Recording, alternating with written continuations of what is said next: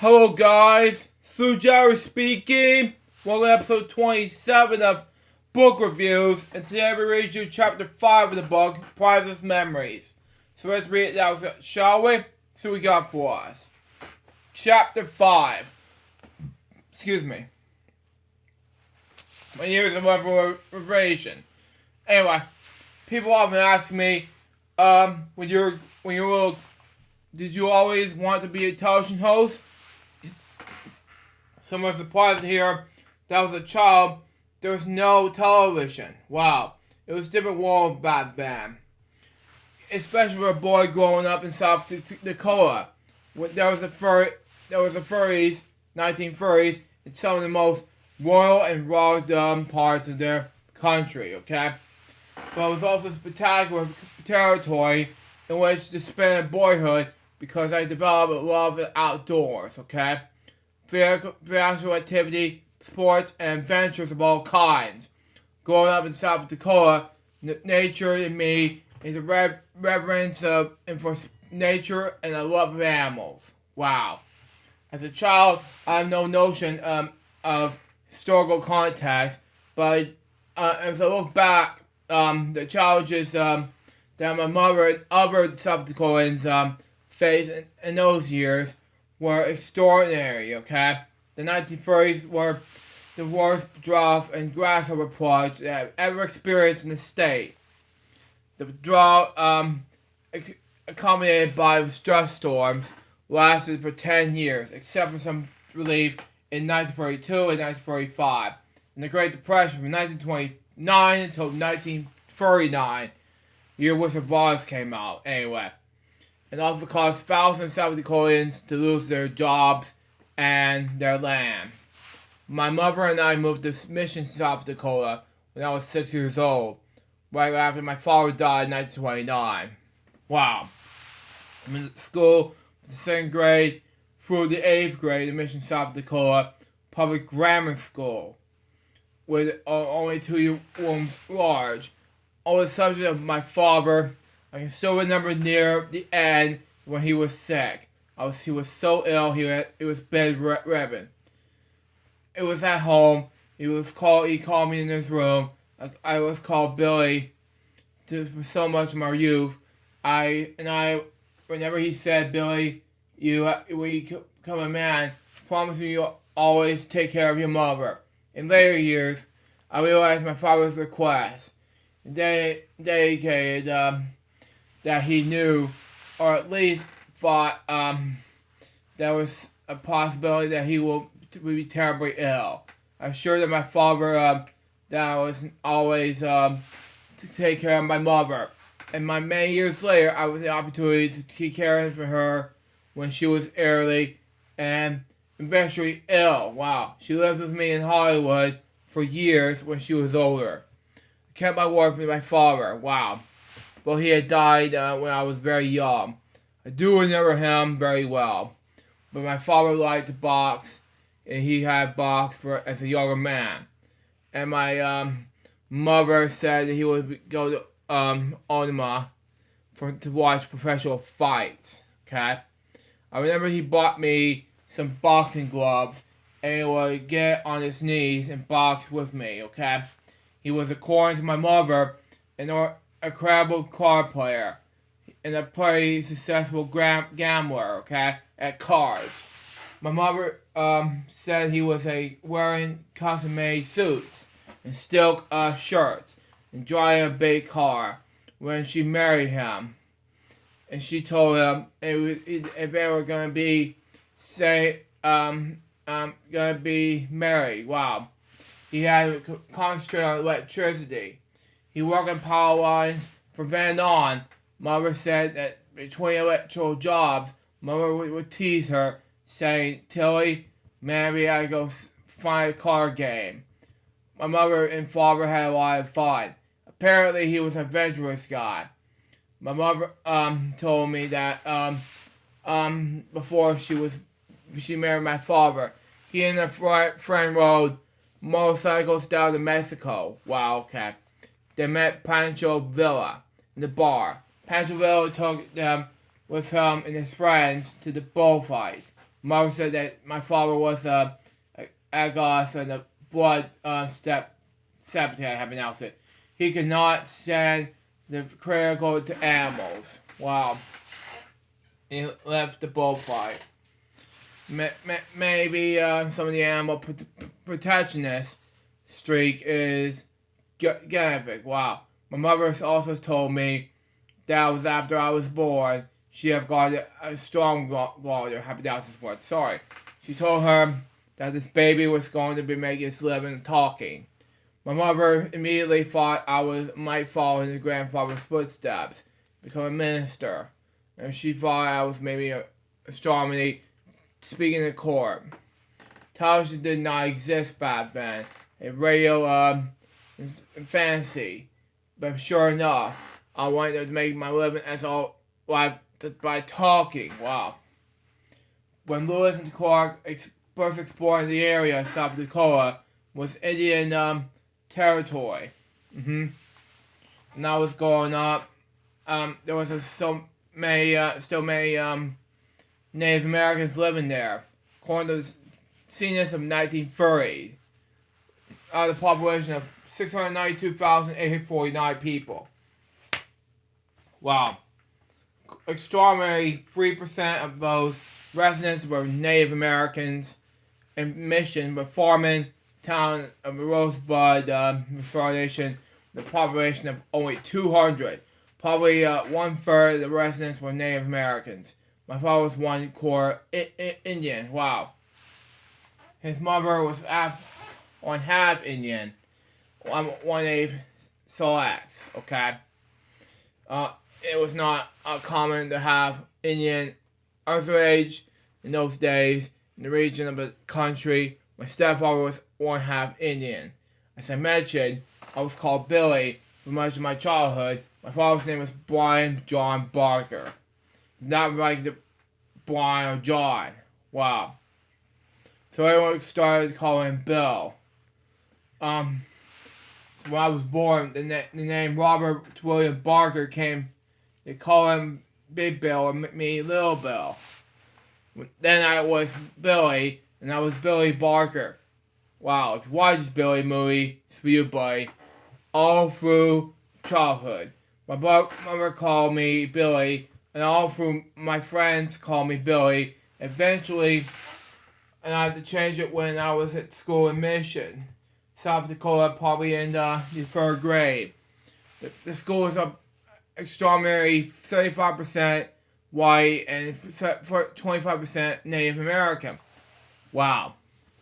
The government was always interested in always checking to see whether the Indians were in school or not. I was part Salaks, okay? And they were interested in my attendance, okay? Since I was always signing everything Billy Barker, wow, there was some confusion with the Office of Indian Affairs.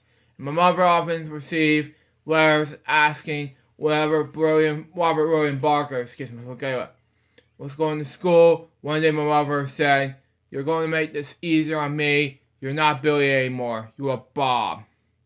I went to school and I told my teacher that from now on, I was Bob. I have been Bob ever since. Curiously, many of the professional colleges on both shows call me Barker. Most of my close friends call me Barker for years. And my wife and my brother called me Barker. Wow. The funny thing about the incident back in 3rd grade was that as soon as my classmates heard my new name, they all wanted to change their names as well. I wanted to be Helen. I wanted to be Ralph. I do not like R.E. I like to be Ruth. From now on, I'll be Donald. Wow. Everyone wanted to change her name. My name change made life easier for my mother, but it was tough for my teacher. As I observed earlier, only 200 people live in Mission. There's no measurable government, no water system, no sewage disposal, no electricity, and most of the time, no doctor. We called the town in Paris Prairie. Wow.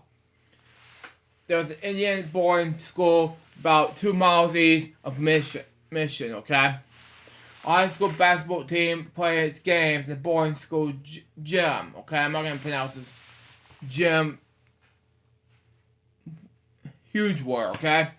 And it was a gym where I first saw the Harmon Globetrotters, okay? Play Cowboys, Indians, and town folks and from the gym and to overflowing that night.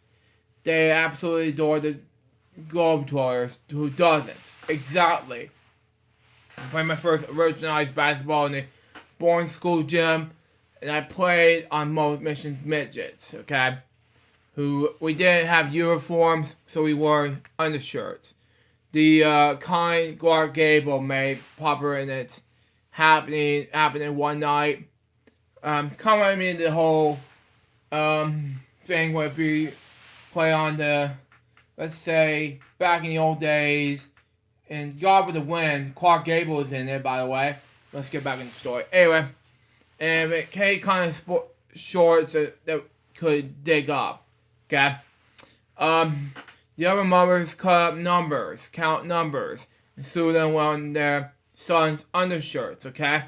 My mother threw a question from Mark on me, well, on mine, excuse me, anyway. She thought it was pretty funny, so did everyone else. Stone Hill itself in Mission was envelope. I can't pronounce his last name. It starts with a C. Anyway, that's the way everyone in the town that pronounce it correct. Correct, not creek. Sorry. Okay. Sorry I pronounced his last name. Sorry. Okay. And about 3 miles west of Mission, there was a large dam. We used to go down the Envelope Creek and swam as soon as the water was warm enough to get in. Stopped to go, summers are hot, and we were run down the hill and dive in the creek several times a day. 6 times in one day was his record. Of course, we didn't bother the swimsuits. But we just tore off a few clothes.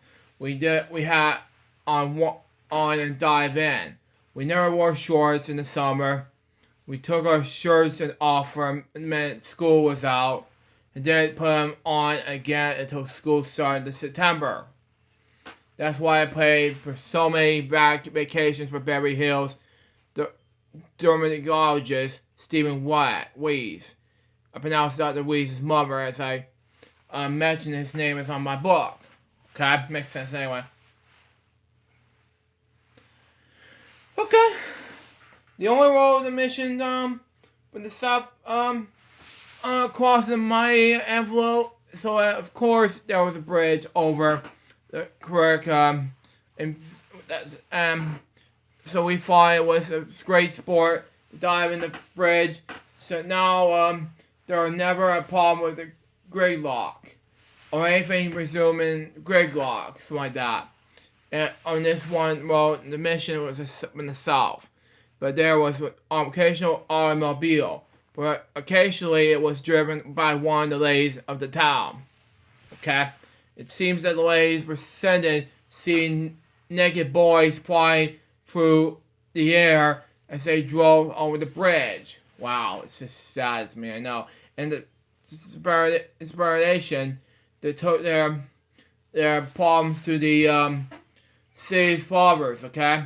One of whom came down to the creek one day, and no uncertain terms told us the seas and disease, the skinny dipping, wow.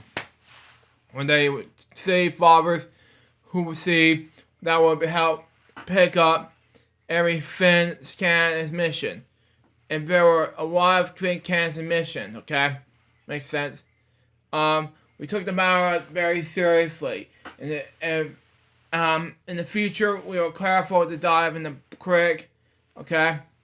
Before a car got on the bridge, okay? when the ladies got downtown, drove over the bridge, all they saw were happy little faces smiling up at them. Which brings me to the dam. The dam was West Mission was great for ice skating. Okay, it was a very large dam with such a small town. In the winter, we took full advantage of it. We skated and played our version of hockey. One day I was trying to do something a little fancier than any of my friends I've ever done skates. My feet were flying up over my head, and the first part of me was hit the highest with my right eye. I was cut. Wow. I was bruised. I was swollen. I was a mess. Jesus. Bob, I was worried. Anyway, my friends were actually concerned about me. And generously they stuff about everything. Okay. When I went home, I opened the door and my mother screamed. Then she asked, "Have you been in a fight?" I said yes, and I lost 2 of the eyes. But I lived to skate another day. Those years in the tiny school in Mission, South Dakota, were some of the most educational of my life. It all came together then. Those 7 years were the foundation of my education. Wow. My mother was an educator, and I was a small schoolhouse when several grades drew together. Whites and Indians. There were no discrimination. Then when I remember, I have white friends and Indian friends. We all played sports together and played on teams together. It was a simple life. Wow. But it was an environment that fostered and satisfied my love in both sports and reading. There was simple about the South Dakota geography, that territory of blue skies, mountains, rivers, and the rugged terrain, okay?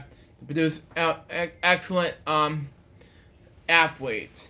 There were some Indians in school in that area who were splendid athletes. We ran, we swam, we played basketball, baseball, and football.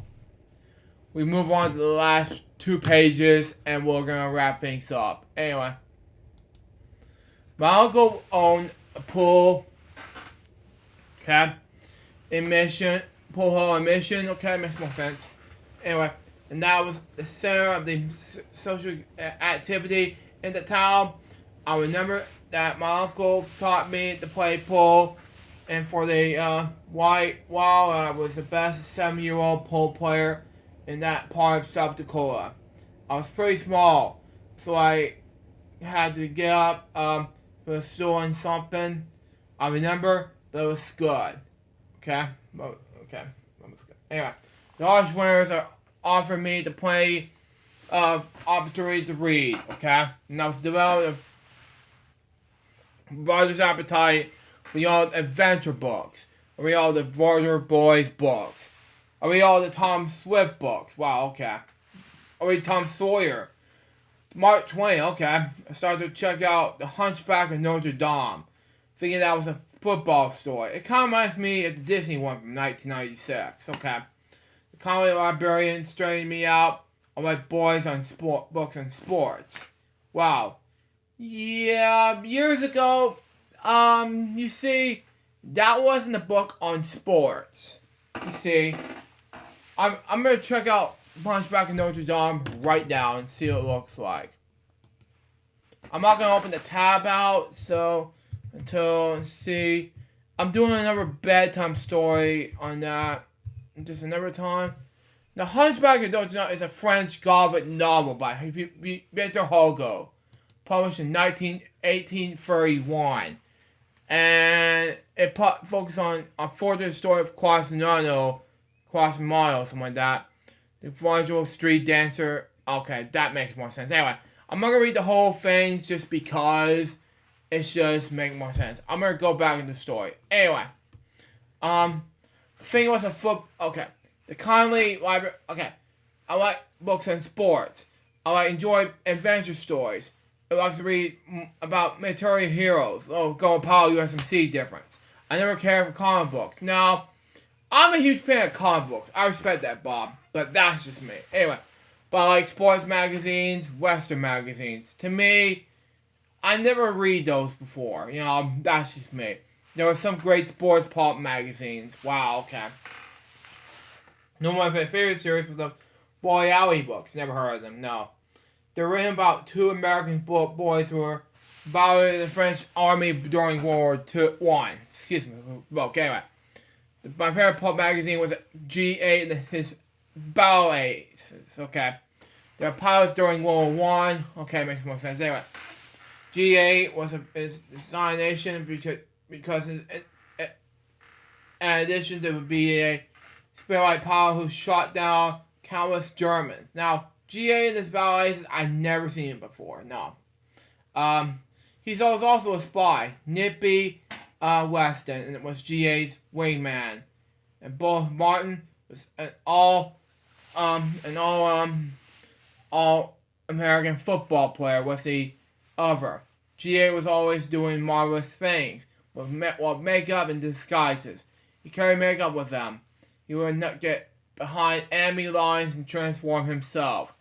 Yeah, I was born in the mid-90s, and this is something I didn't know about. But anyway, he would knock some guy out, and then reappear, looking at additional with it to him.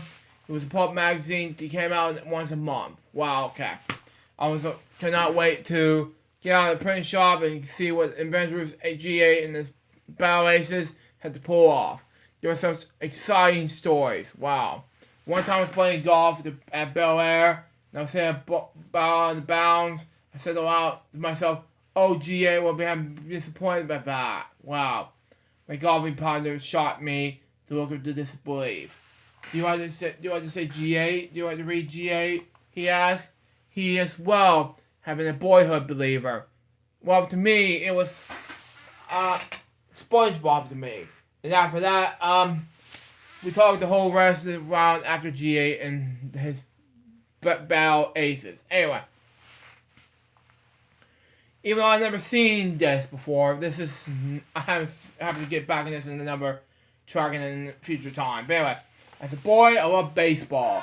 I never wanted on or even thought about going to the show business when I was little. I have involved and said all I wanted to do was pitch for St. Louis Cardinals professional baseball team. And the only thing that stopped me was a complete lack of talent. Wow. In 1983, I was in St. Louis to host a Miss Universe pageant at the Kell Auditorium, and someone in the Cardinals office had read and heard an interview when I said that boyhood competition has been pitched to the Cardinals, so he invited me out to this ballpark. Wow. Whitney Harzar, I can't pronounce his last name, first and last name, sorry, was the manager of the Cardinals at that time. He gave me a handsome Cardinals jacket that I still wear and a Cardinals bag that I carried until it was tatters. Wow. When my Cardinals bag was finally discarded, Sue Maca, I can't pronounce his last name, sorry. M.I. something like that. Anyway, co-producer of Price, called her mother, who lived in St. Louis, and had a new one rush to me before I went to the Depression. And additionally, given me my Cardinals jacket and bag during my visit to the ballpark. Cardinals manager Whitney Herzog, sorry, I pronounced it anyway, signed me on a contract with the St. Louis Cardinals baseball team. Under the terms of the contract, I received $1 a year for Cardinals so long as I did not pitch. Whitney said he sees me even warming up. Contract is null and void. Yep. Naturally, my father was dying young. It was a tragic blow for me. Yeah, it's the same thing to me when I was nearly 25 years old when Jim Lehrer died. I agree with you there, but anyway. And my mother, Bob Barker's part. But anyway. Okay, but nevertheless, I still look back when I was in my childhood with a wonderful time. And I had my vivid memories of marvelous activities and lasting friendships. My first friend, what I can remember at a very young age, was a little fellow named Jesse Goins. That was actually before we moved to South Dakota. We were still in Springfield, Missouri, and I was younger than 6 years old at that time. Jesse was a year older than me, and he lived near my grandmother. He was a lot of fun, and he was not only bright, but extremely talented. He can play guitar and sing, okay? And even at young age. That was in Southwest Missouri. Playing up music around there, this boy could really play. He was hardly able to hold the guitar, but he was so good that he could win on the radio when he was third grade. He became a successful country western musician. Very successful with the ladies as well, I guess. Just died at the early age, and his mother said it was a woman who did it. Wow. The woman just wouldn't let Jesse alone. Really? I don't know. Jesse was also the first person, the first I have had who told me I could not sing. Wow. I remember he was at my house one time. He had his guitar. He's singing and playing, and he said, "Sing with me." So I started singing. While we stopped, he looked up at me and he said, "Billy, you don't sing. You talk the words." To me, Bob, I was singing and I don't talk the words. I wasn't paying attention at singing. I was too busy with work. I'm working on this club content. I'm not into singing, I'm more of a listener, of singing words. So that's me, of course. But anyway, I was supposed to have this way of saying I was way out of tune. It was absolutely right. I cannot sing then. And I never could sing. Yes. Another time after we moved to South Dakota, my mother and I went to Apostolic Church. Wow. My grandfather has been a Methodist minister, but there were only 3 churches in town for us to choose from.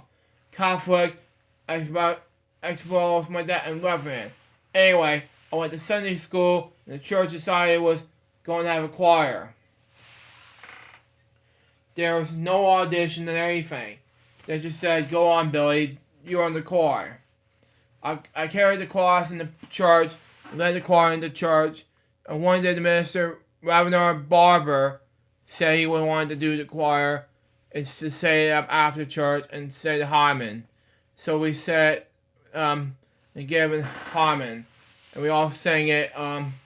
He went on by listening to each little boy who was singing.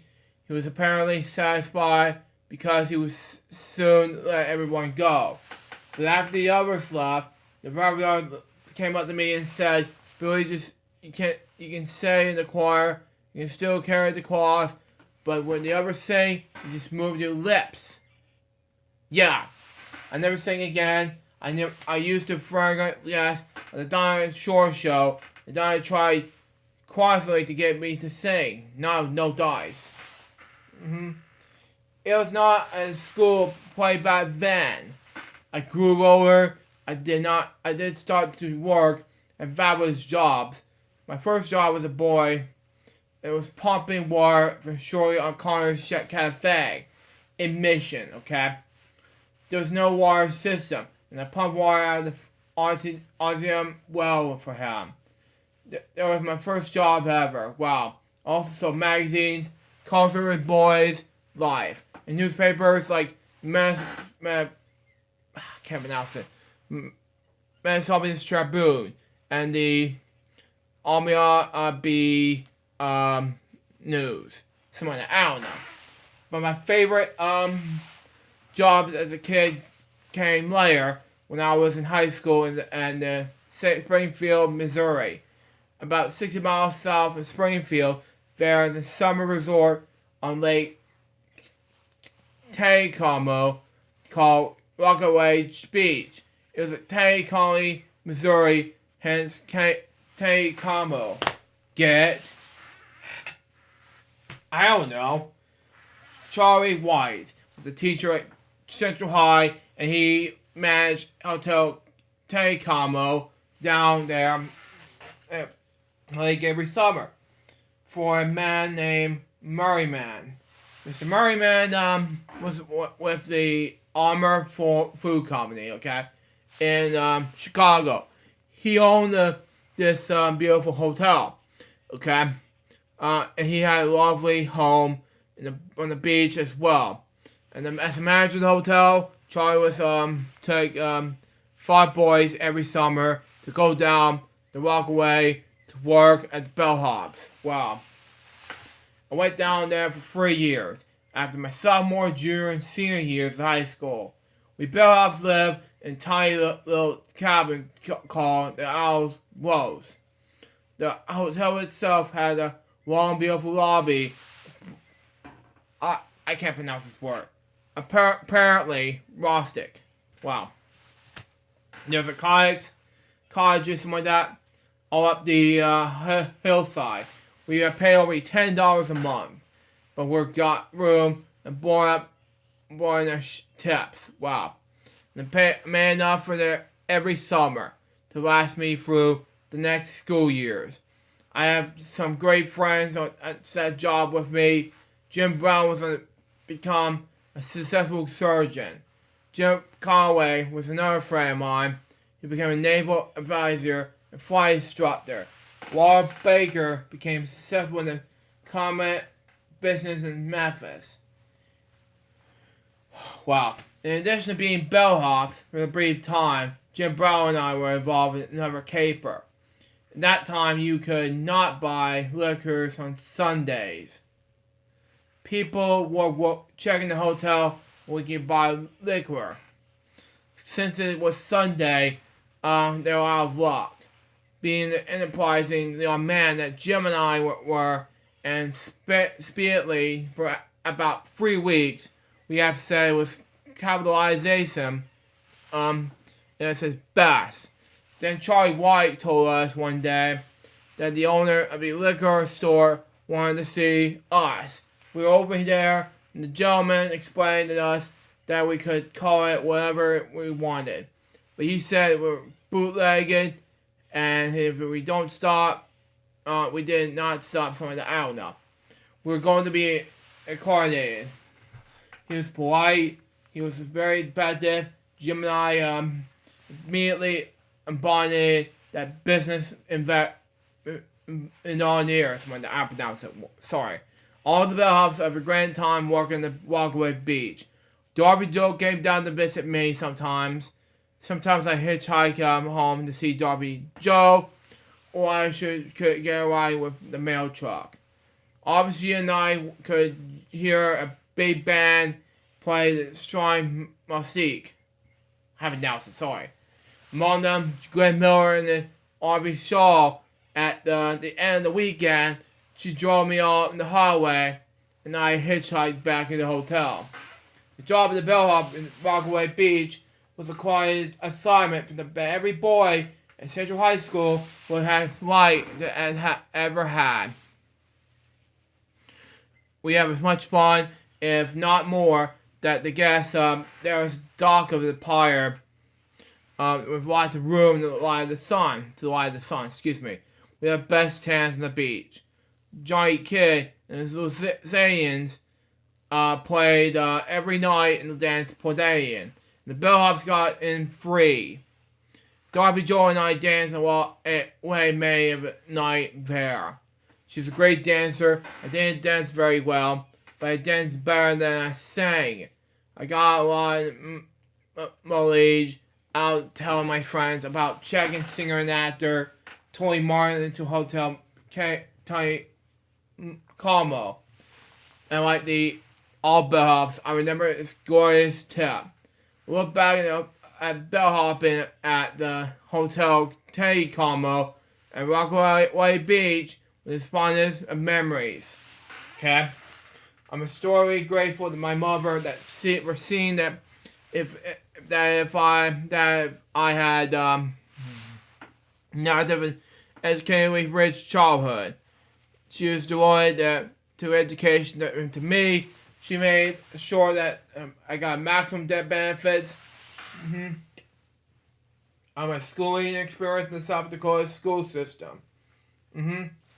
Both my parents contributed significantly to my love of nature, my love of sports, my love of animals.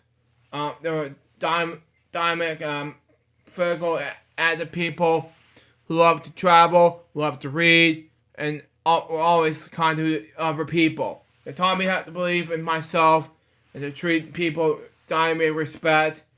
And who I look back at my childhood and my youth, I immediately remind that that it was all made possible by the love and care provided me to my mother and father the few years he had with us.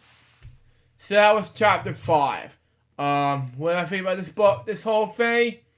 It was amazing. Chapter 5, my Year's resolution, was agreeable to read. And that was up this this whole Priceless Memories book. Hope you enjoy that. Stay tuned for the next one, which is going to be, I do not know what's going on next, but we'll see what happens. Till next time, so Joseph Bob's baby. Good more let's just say book reviews guys pursue. Till it's out. See ya.